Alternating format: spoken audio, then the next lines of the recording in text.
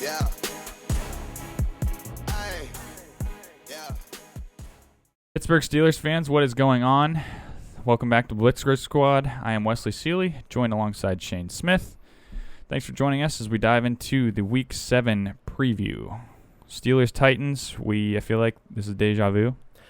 Yeah, this is a part 2 because of the game that never was. Yeah. Although they were 3-0 back in the day, both of them, a couple weeks ago, and now they're both 5-0, so they decided to keep everything on track. It's still undefeated. Yep.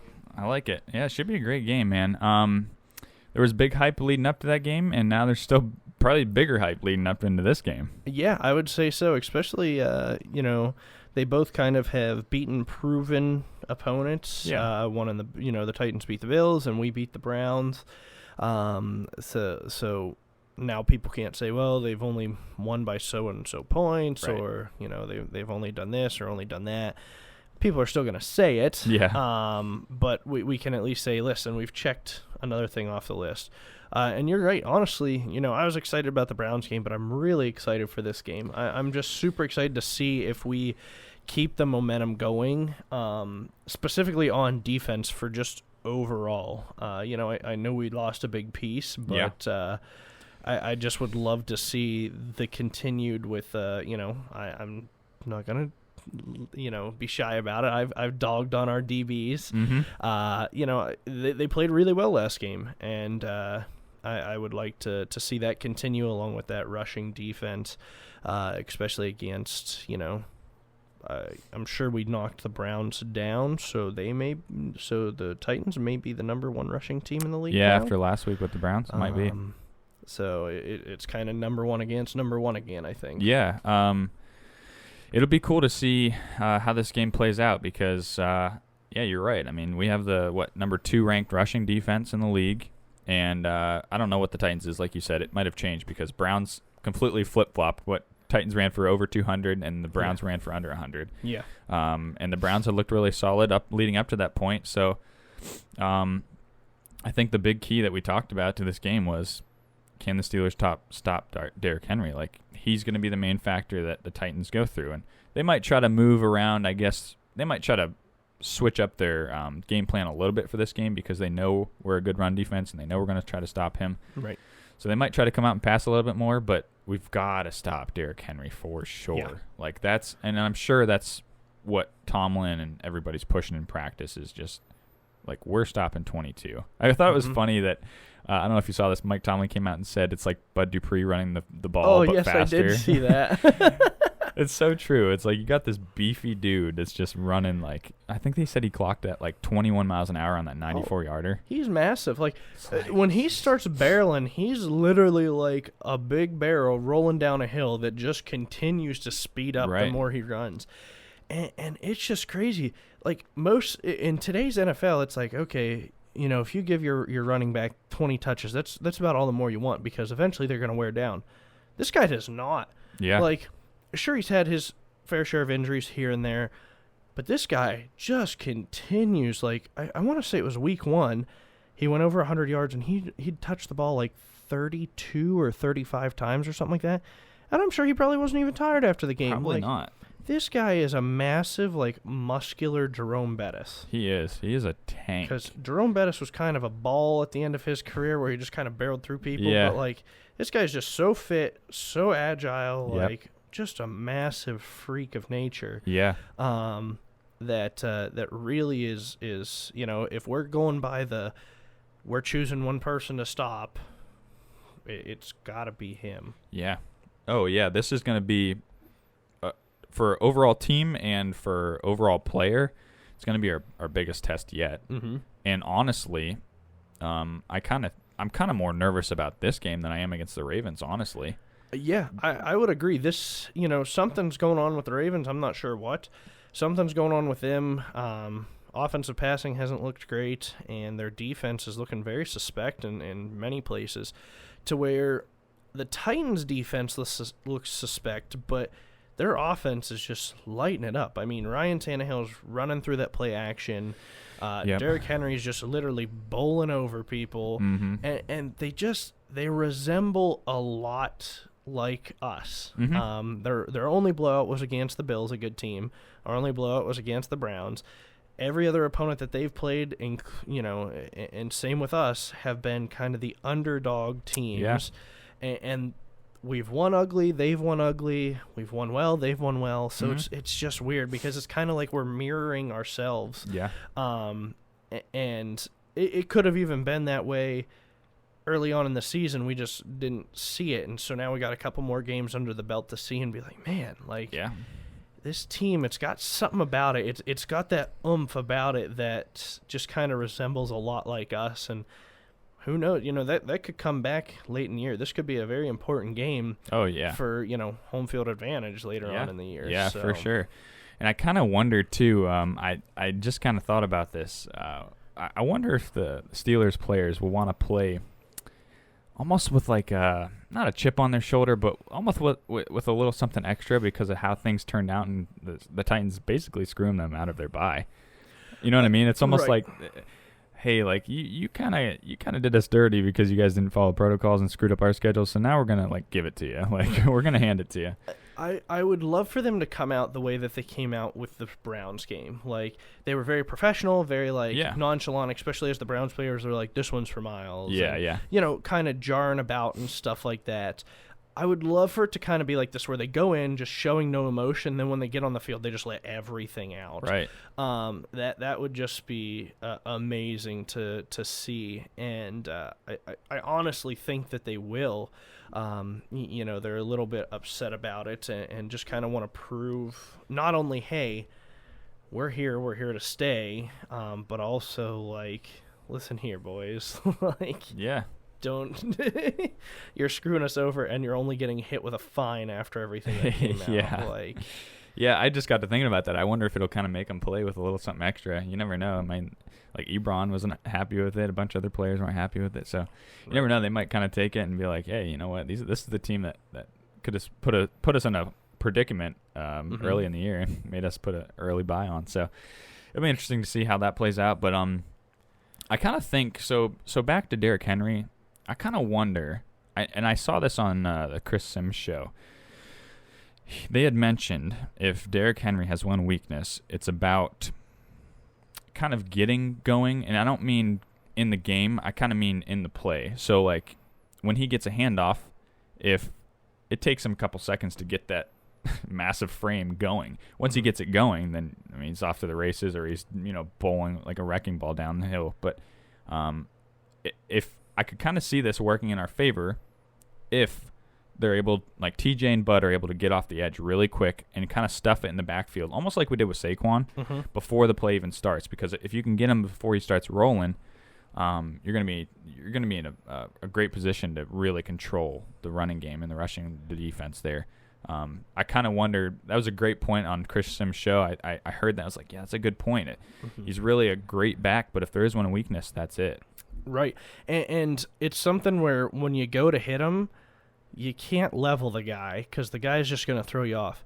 Wrap him up. Right. You have to wrap him up, and I'm sure sometimes you want to inflict those big hits to say, listen, don't try this again. But with Derrick Henry, don't do that, because if he breaks your tackle, it could get him going. And another thing I heard, too, was, don't be scared to hit him, because a lot of times he can come off as intimidating, which I'm sure he does. He's massive, dude. He's fast. And you saw what he did to Josh Norman. I'm sure everybody in the world did by now, but it's you just got to know. You just got to know almost mentally you think you're going to win that battle against him every single time.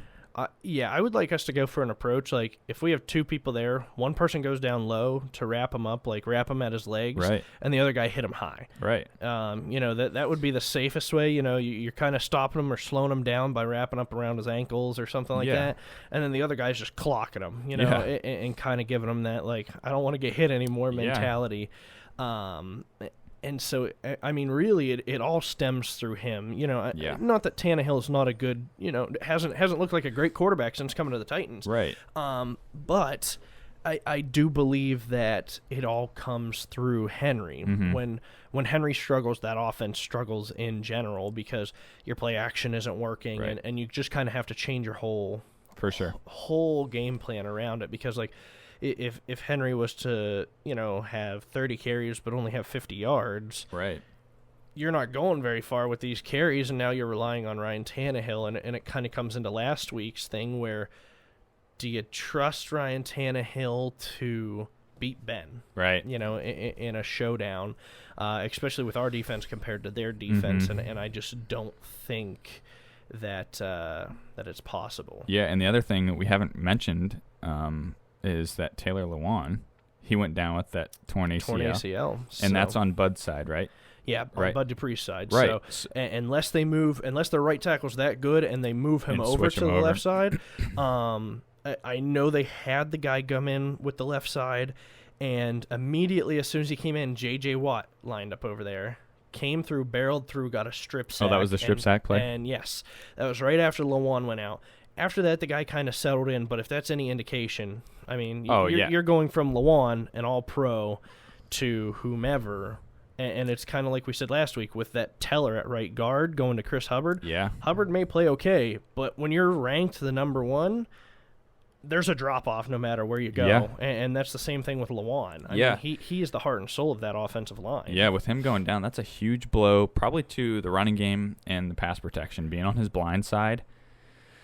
Whew, that could be a huge difference maker in this game, and somebody might step up, like you said. They might jumble him around to just make the best fit for this season, and especially for this game because of our defense. But man, if we can stuff the run like you said, and then Taylor Lewan is out with I don't know, he's probably one of the best pass protectors as I would say so, and I mean he's a solid run blocker too. Right. They've said running to his side. This year, they've averaged 3.9 yards per rush going to his side. So that's 4 yards a rush, which doesn't sound like a lot. But if you're literally running it through Derrick Henry, who can literally take that hit after hit, that's 4 yards a carry. Literally, run, first down. Run, first down. That's literally eating up so much clock to where the other opposition isn't getting that chance to do it, and you're just wearing that defense out for that play action, for those long bombs or something like that. And it's hard to say because it's like, I think they talked about the Browns offensive line is really good. Like, so the test that we had against them, it was a good test to see kind of where we were at for our pass rush, and we showed up and really dominated that game. But it'll be TJ Watt finally got a holding call called for him. I know, I saw that. It's like, wow, they are calling that this year.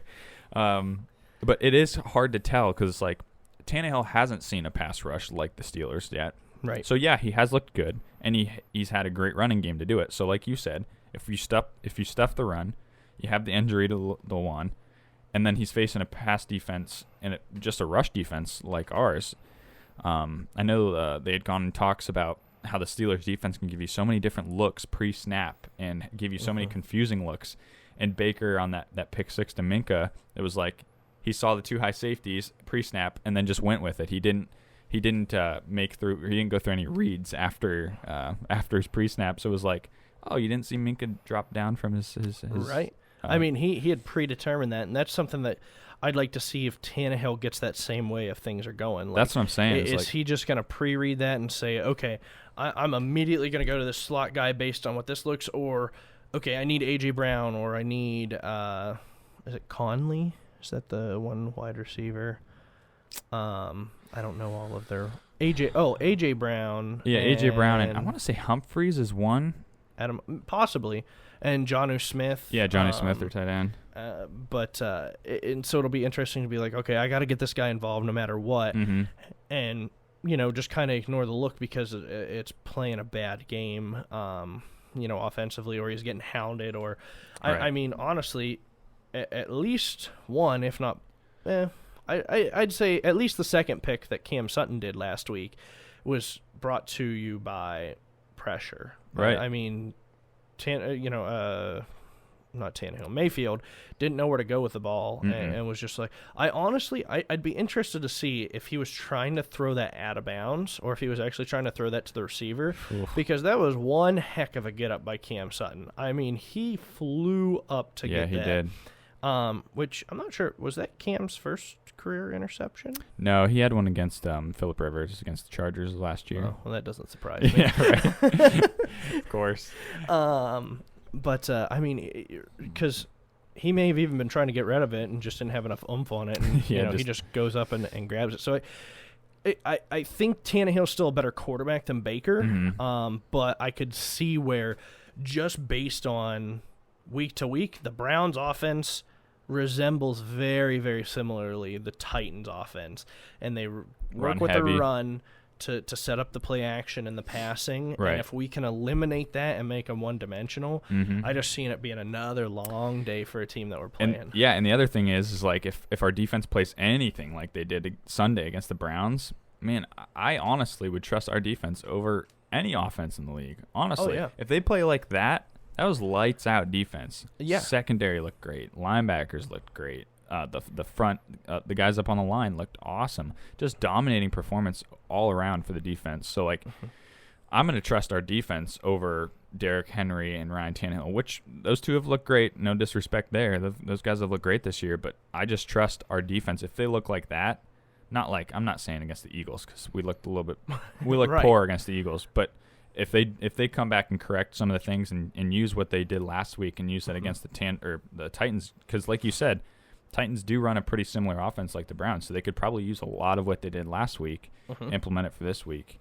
It'll be interesting to see how it turns out, but ultimately I'm trusting our defense. Oh, yeah. I think our defense will show up and say, listen, I mean, we still haven't given up a 300-yard passer on the year, let alone we haven't given up 100 yards rushing. I mean, and that's a statement.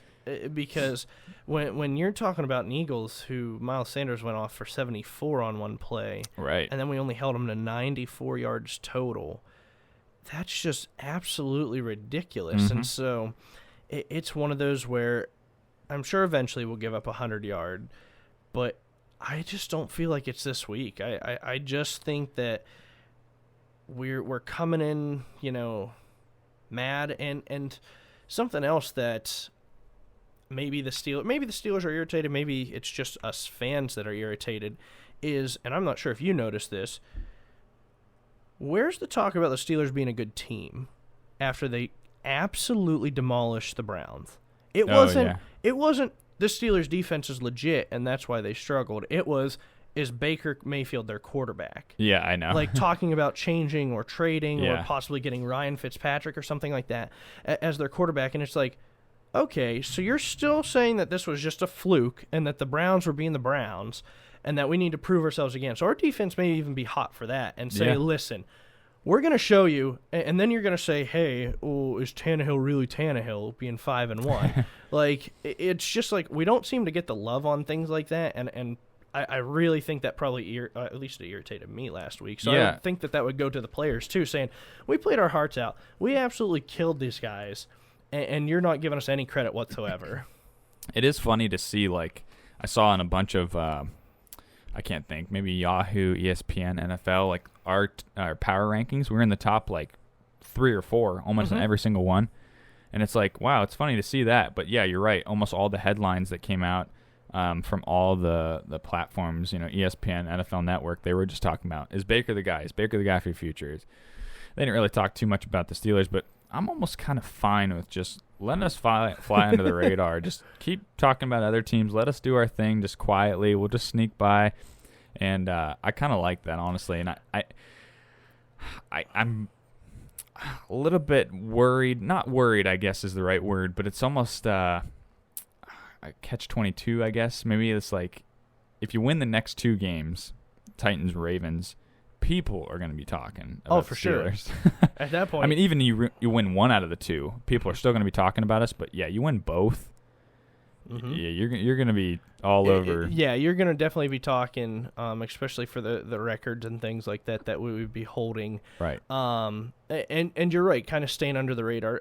I think the team likes that, but they also use it as fire. Like, yeah, and I'm cool with that. I like that. They're like, hey, we hear this guy Pat Mahomes and them saying, oh, he wasn't playing well, but the running did well, or Baker may not be the guy, or Tua's starting, and it was very unexpected. All these headlines and nothing about the Steelers, where the Steelers, they're calm, cool, and collected on the outside, but I think inside they're like, listen, like, Why aren't we talking about Right. maybe we Yeah. need to show more, maybe we need to do more, and so Yeah. in turn they just light a fire under themselves and kind of use it as that chip on their shoulder to kind of continue and further themselves, at least on defense. On offense, they don't have to really do a whole heck of a lot. Yeah, no, you're right. Yeah. Yeah, yeah, you're right. I almost kind of think that Tomlin, like, enjoys that, though, just kind of being low-key, because there's been so much noise in the locker room over the past couple of years. It's just like, let's just stay quiet, keep doing our thing. We're on a roll. We're doing things right. I like where we're at. Right. Let's stay there, and let's stay quiet. So I think he kind of enjoys that too. But so I guess let's talk a little bit about the offense. It came off a pretty good showing again. They scored another, well, not complete 38 points because of Minka, but 31. Right. Still good. They put up some good points. James Conner looked probably the best he's looked all season. Yeah, They called it 5.1 yards per carry, but really it was 5.05 because it was 20 carries for 101 yards, not 102. So, sorry, that's the math in me. Right. No, that's fine. Still, he looked good. I thought he ran the ball really well. Ben again did mistake-free football. Yeah, we didn't have a turnover. I know. We'd had however many straight. Yeah, with at least one 26. turnover. Yeah. Then we had that one, and then literally the week after, Ebron had that one. Yeah. And I was like, oh, man, the streak's going to start up again. And then when we didn't have it again, I was like, man, other than the Ebron one, which was still a little questionable in my opinion, that's almost 3 games mistake-free football. Yeah. In my opinion, it is 3 games mistake-free football, and the refs got it wrong. Yeah. And it was like, man, like what kind of offense or Steelers team are we looking at on this side of the ball? Yeah, that helps you win games. Surprisingly, shocker. Everybody, like when you don't turn over the ball, then you win more games. Yeah, like to stupid teams. Those close games that we've lost to stupid teams in the past, like you said, we're now winning because we're winning the turnover battle. Right. We're only turning the ball over once instead of 4 picks for some odd stupid reason. Or none at all. Yeah, and I mean, Ben's got 11 touchdowns to 1 pick. That's great. It's got to be his best start to a season. I would think. I want to say his best ever. He threw 8 picks in a season. Wow. And I can't remember if that was 2017 or 2018. Oh wow. That if it was 2018, I'd be impressed. That was when he had Todd Haley. I know it was when he had 17 Todd. then. Okay. I know it was when he had Haley, but I can't remember the exact year. Right. And that was by far his best that he's done. And I mean, he's on pace now. To do way better than that. Maybe not a whole bunch of touchdowns, but we're not needing him to. No, I'm fine with you just throw like 20 or 25, like whatever. Yeah, if we're winning games, who gives a crap? Like Exactly. We're running the ball for touchdowns, and Chase Claypool continues to show up. I mean, he's up to 6 touchdowns on the year. So your bold prediction for the season was he was going to have 8. 8, yeah. And we're 5 games through, and he's got 6. So I'm sure there's going to be 4 in 1 game helps. Yeah, 4 in 1 game really boosts that total. And I mean, I'm sure there's teams that's going to stop him, but at the same time, we haven't seen a lot from Juju. That's because teams, I think, are still double covering him. Why they haven't switched over to Chase yet, I'm not 100% sure. But when you start to double up Chase, well, Juju's going to be open. Try covering someone else, yeah. Or the game plan last week, honestly, even though he didn't lead in yards, it was James Washington. Yeah. Like, the guy doesn't play a whole lot. I mean, he plays a good chunk, but not a whole lot. And all of a sudden, like, boom, he's just faking it out, going straight up, and nice, easy, open touchdown. And so we have so many weapons that when we have to put it on our offense's shoulders, like in the Eagles game, I'm not afraid to do so because Ben, I think, could throw for 500 yards and 7 touchdowns. No, that's I think so too. And have no problems if things aren't working. We just haven't had to have him do that, and it's great. Yeah, it's nice to not, like, what I think 2018 it was 2018 because he led the league in passing yards right before he messed up his arm in 2019. And he threw it a ton. Mm-hmm. And yeah, he led the league in passing yards, so he did it well, but it's like you don't want to have to do that all the time because then you turn into, lest they say the Chiefs. Right. Like, I don't know, like it's nice when you can rely on the run, open up the pass that way because it's worked so well for us this year. And man, I just got to say, like, there's something different about this team this year.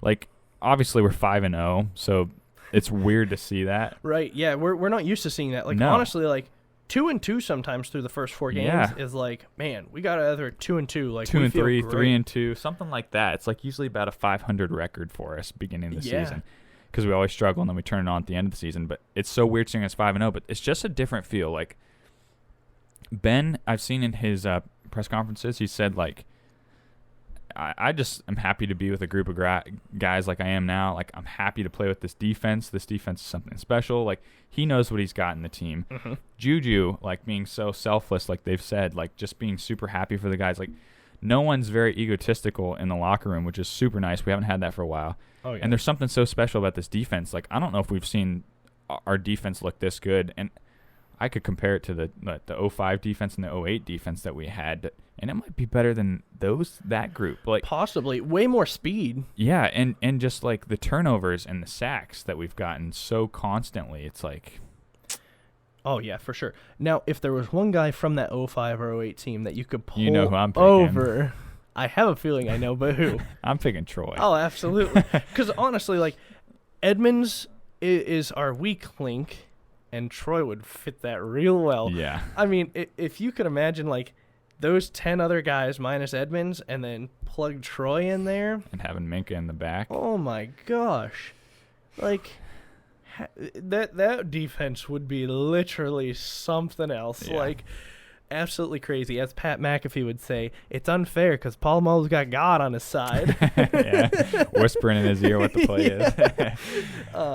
Yeah. But no, I agree. I mean, it's just... There's just like a feeling I have about this team that it's different than any other year. Like, yeah, we've always just had high hopes every year, but this team overall, offense, defense, just feels like something special. I don't know what it is. Yeah, and I mean, we've had injuries like the rest of the teams. Maybe not as many, 49ers really took a blow. Right. But, I mean, we've lost to Castro for a few games, and Dotson's come in and looked great. We lost Zach Banner for the season. Yep. We put in Okafor. He's looked great. Chase Claypool has really become something way quicker than I think any of us thought possible. Yeah. Ebron's had his ups and downs, but I think Ebron's great. And in turn, that's turned Vance McDonald into a better pass blocking tight end, which is, I think, what we needed. Yeah. And then the defense, last year's defense was great. And that ultimately led us to 8-8. But I think, like, if any indication of last game is what's to come, our defense still isn't even there yet. Right. And as much as it stinks to lose Devin Bush, and I know he can be a difference maker, it's still, like, I didn't have that worry, like, oh, man, our season's done because we lost this one guy. I agree. I'm with you. Like, it was like, man, Spillane came in, looked good, and we're like, okay, now we have UG3, another quick guy that maybe if he starts practicing better, and Spillane or Williams or something like that starts to goof up, he can come in and at least run sideline to sideline. We have Sean Davis to back it up. We have, Allen that's supposed to be doing good. So it's like all of a sudden we have this depth that we haven't had before that other teams I don't think have. Yep. That really the only position that I really feel like we can't lose a major blow to is QB. Oh, yeah. Because then things change a little bit. Yeah. But I don't know. There's something about it, and we could be eating our words here down the road, but yeah, it's just there's something about this team that they're so unselfish, and they're just going out there and having fun that a lot of other teams in today's age, they don't, Just don't, yeah. When somebody's not catching, OBJ, when he's not getting his catches or things like that, he's throwing a fit on the sidelines. Juju had 2 catches for 6 yards, and he's fine. He's smiling. He's having a good time. He's kind of like Hines Ward. Yeah, he really is. And then you have Ebron, who, like, misses a catch but beats himself up, doesn't blame it on anybody else, and, like, is just so dedicated to helping the team and not padding his stats that, like, it's nice to see a team that well off together. Yeah. Because it's something that you just don't see in today's NFL anymore. No, you're right. Yeah, it's cool. I saw I saw a video clip of Ebron hopping off the field, kind of skipping off the field, holding a 5 up. And I was like, he's probably just happy to be on a team that's 5-0 and just on a winning team, and he just he's having fun with Juju. You can tell out there, like, right. And he hasn't had great stats either, really, this year, but like he's just having a good time out there. They just all have good chemistry, and it's a good mix of guys, a good group of guys that we have. So, and I think ultimately, like you said, we could be eating our words, but I think if you have Tomlin and Ben at the helm, heaven forbid anything would happen to Ben again, but if you have those two guys at the helm, I think we're in good shape. Like, lose anybody else, it would suck, but I think we'd be okay. We would know how to make up. As long as those two guys are still there, I think we're okay. So, yep. Do you think Ben or Tannehill will have a bigger game? I'm going to say Ben just because I don't think the Titans' defense is that good. I think that they're going to have to rely on Tannehill more, but even as we've seen from last week when they had to rely on Mayfield, that still didn't mean a whole lot. And I think Ben, even with 188 or 168 yards or something like that, still outperformed Baker. Yeah. And he didn't have to do nothing. And so I think there's going to be opportunities to where, Ben may only throw for 250 yards, but I think it's going to be enough to, he's going to outperform Tannehill via yards and, maybe not air yards, which is apparently important now. But you know what? If it comes out with a W and we play mistake-free football, right? I think that's the big thing. Because comparison, Ben's looked a lot better playing mistake-free this year than other quarterbacks. Yeah. And, if Tannehill turns one over or something like that, then I just don't see where he can have a good bounce-back game. Yeah. I'm kind of with you there. I kind of think Ben would have the better of the two because Titans defense looked really bad against the Texans. They allowed a lot of yards. They allowed a lot of points. They should have lost that game. And I'm glad they didn't, though. Yeah, I know. Me too. But yeah, I think Ben's got a lot of weapons to work with on offense, and those two combined, the weapons plus poor defense, maybe. I think Ben might have a bigger game. And like we've said, he hasn't really put up a lot of yards this game, but it's been manageable for him. He's just managing the offense, but I don't know. I'm waiting for a breakout game for Ben for sure. Yeah. And this could easily be it. Deshaun lit him up last week, so that could easily be Ben doing that too. So right, absolutely, it could be this game that he finally lights him up with some passing yards. So you never know, man. I'd love to see it, but do you think James Conner will have more rushing yards than Derrick Henry? Yes, based on my bold prediction, yes. Nice. I'm gonna say James Conner goes over 100 again. Okay. And I guess just to kind of break my bold prediction now, I think we keep Henry under 50. Okay. So that would be sweet. That would put. I mean, that would really put a lot of pressure on Tannehill. Oh yeah, it would make them one-dimensional in a hurry. Yeah, and do you think James Conner gets 100, or you think overall we rush for 100, like Snell and McFarland, or you think just James Conner? I think we'll get over 100 total, but I do think Conner hits 100 for the fourth time this year. Okay. But I'm gonna say I don't think the Titans' run defense has been super great either. No, surprisingly, it was good against the Texans last week, but overall this season it hasn't been great. I'm gonna say that just with our end arounds and things like that. I mean, honestly, last week against the Browns, we kept pulling those end arounds just to kind of almost toy with them, and then we were handing it off to Conner, and then out of nowhere we just handed it to Claypool again, and they weren't expecting it at all. No. We just have so much with Claypool being able to do end arounds, Ray McLeod doing end arounds, McFarland, Snell, Conner. I honestly could see us as a team running for 170, 180 plus. Wow. Because I think we're going to try and kind of mimic what the Titans do, and we want to not necessarily run every play, but we want to kill the clock and make it at least 50-50, if not more favor our side, especially if we have the lead. If we go up by 2 scores right out of the gate like we did against the Browns, we're just going to start running the ball more, that way to kill the clock and make the pressure be put on. That's a good point. I didn't think about that. If we win the coin toss and we elect to receive, do you think we just try to hold on to the ball as long as we can that drive? Don't put the ball in Derrick Henry's hands is another great way of stopping the run. You know what I mean? It's that's a good way to keep him off the field. He's not going to be touching the ball. I would love to see us go down, and kind of like last week where we took the ball. We only got 3, Yeah. but that was okay with me. We went down, we didn't go 3 and out and punt, and that ultimately kind of played the difference. Is Right. we went down, we scored, we got something on the board to just kind of put the opposition on their heels a little bit. Yeah. And then our defense picked up the slack, scored immediately after that, and now you're down 2. So then their team's like, oh man, what the heck's going on? Yeah. And I would love to see that again. And even if we only get 3, I'd love to see a 15, 18-yard, 18-play drive. Oh, yeah. That eats up, say, 8 minutes of the first quarter, even if it only ends in 3.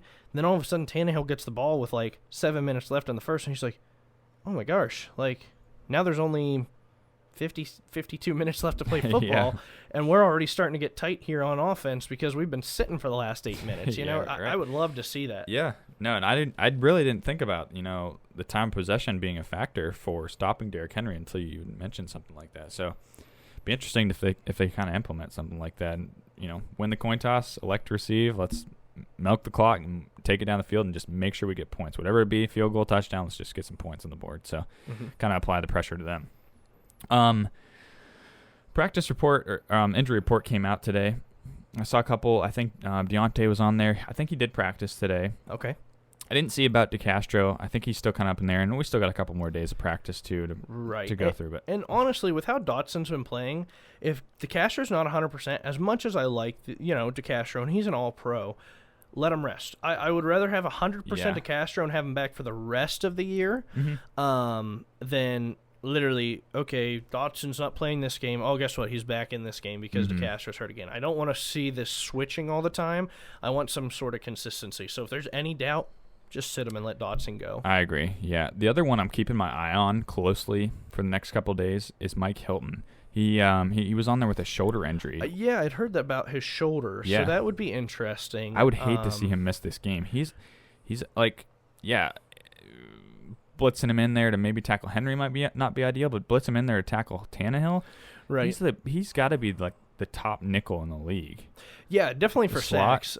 Maybe not coverage-wise. Right. And that's where it would be interesting to see what our game plan is, because if our game plan's not to blitz as much but to stop the run and kind of like keep back for the play action, maybe it's okay having Cam Sutton in there a little bit more. Yeah. But you're right. If we want to blitz and have any sort of pressure given, Mike Hilton for sure. He just knows how to read that. Yeah, and even if they just do like a, I'm trying to think, like a shotgun formation, almost like a draw, and Tannehill takes the ball and tries to give it to Henry, and Hilton's already back there when it starts. Like, that could be one of those things where we talked about, like, if you stop Derrick Henry before he gets started, even if Hilton doesn't make the tackle himself, he slows him down, have somebody else get back there in the backfield to wrap him up and finish it up. Yeah, I mean, if Derrick Henry were to smash his head into the ground or something like that, not that we would want to see that. Right, but it's enough to slow him down to have somebody like Cam Hayward, Stephon Tuitt, Alu, Watt, Dupree, Vince Williams, somebody to come and clean up that's a bigger guy that can,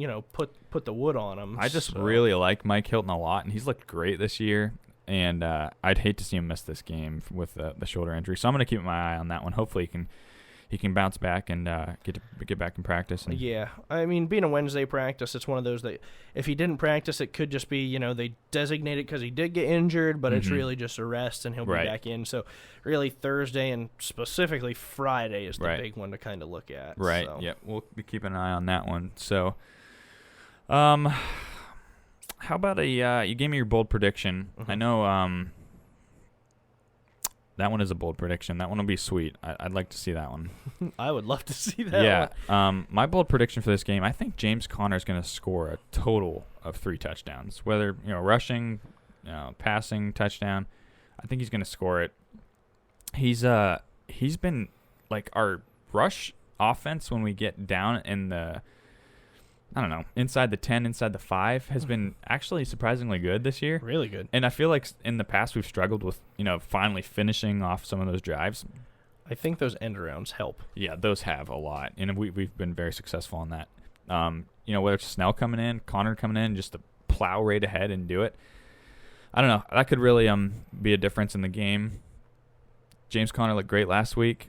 I think he'll kind of continue on that, have a good day rushing, and then also cap it off with a big 3 touchdowns for this game. So. Yeah, that would be great. And we haven't seen him a whole lot in the passing game, but again, it's because we haven't had to have him in the passing game.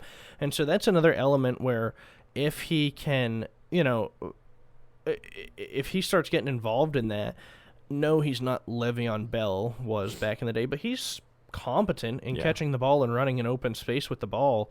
That's something to kind of look for too, because we haven't had to utilize it a whole lot. So it's something that teams may forget about. Yeah.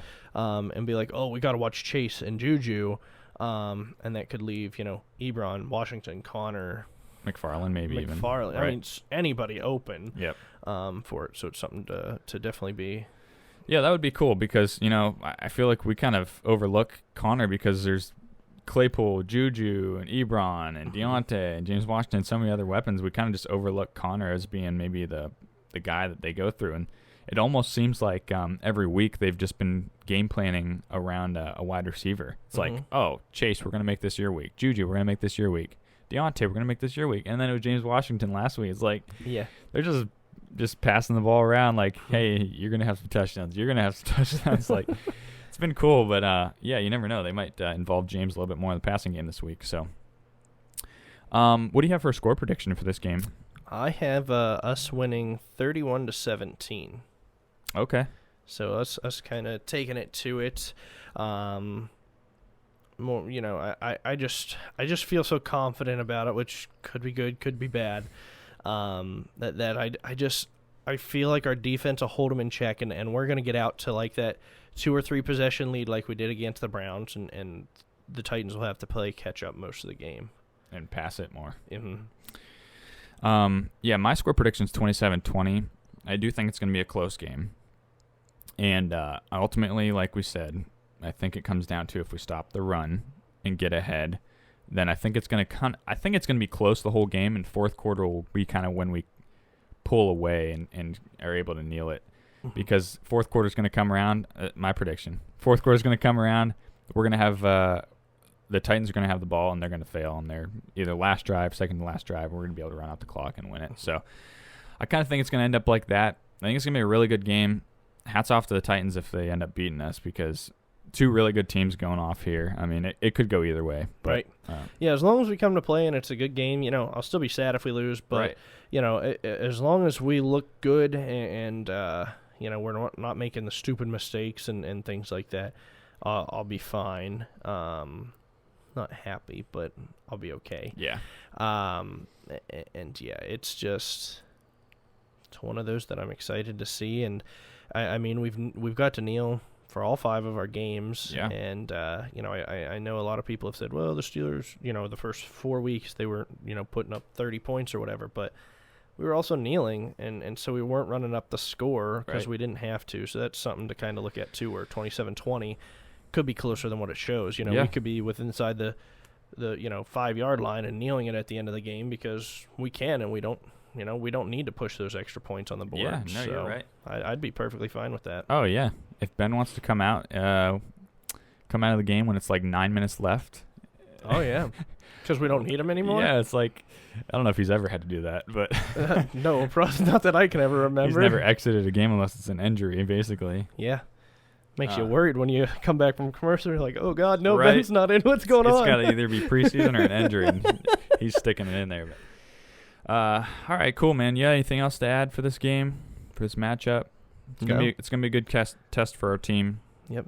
Undefeated versus undefeated. I'm debating on wearing my jersey because I was out on vacation last weekend, and I forgot the jersey, so I didn't wear the jersey, and we had a blowout. And they smashed them. So if I wear the jersey and it's a close game, I may not wear the jersey and just go with like Steelers shirts or something the rest of the year. Just wear the same exact thing you wore last Sunday. Yeah, being superstitious here. So. Well, sweet. All right, man. Well, I don't have anything else to add to this, so I appreciate everybody watching the video. Make sure to give us your preview, basically your prediction for the game. We'd like to hear score, maybe some smack talk. Yeah. But yeah, feel free to comment down below. Other than that, until then, go Steelers. Go Steelers.